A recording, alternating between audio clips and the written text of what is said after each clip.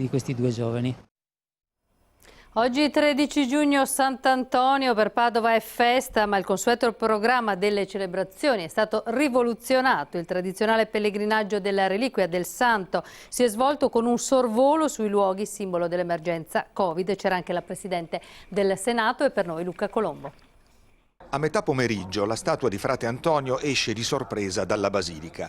Niente processione, il virus rimane in agguato. Così il santo fa una sortita all'ospedale di Padova, trincea di sofferenza e di resistenza al morbo. Lo aspettano la Presidente del Senato, Casellati, le autorità cittadine, l'ULSS, medici e infermieri.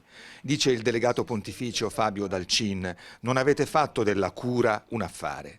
Io l'ho provato in prima persona, ho preso il Covid, quindi diciamo ha un significato particolare. Qui dovevamo venire perché se il santo è taumaturgo è proprio perché sa essere presente laddove le persone sentono che c'è la sofferenza. La benedizione replica quella del mattino da un elicottero dell'esercito. Le reliquie sorvolano i luoghi veneti del contagio, Merlara, Vo, Schiavonia. C'è la Presidente Casellati anche lì. Noi andiamo a sorvolare le zone più colpite dalla pandemia e ringraziare tutti. Il santo muore il 13 giugno 1231 all'Arcella di Padova. Nella basilica il pellegrinaggio sulla tomba e le messe si piegano alle regole anti-Covid. Celebra il vescovo Claudio Cipolla. Facciamo dura esperienza della fragilità, dice. Antonio scuoteva i potenti perché vedessero i più fragili.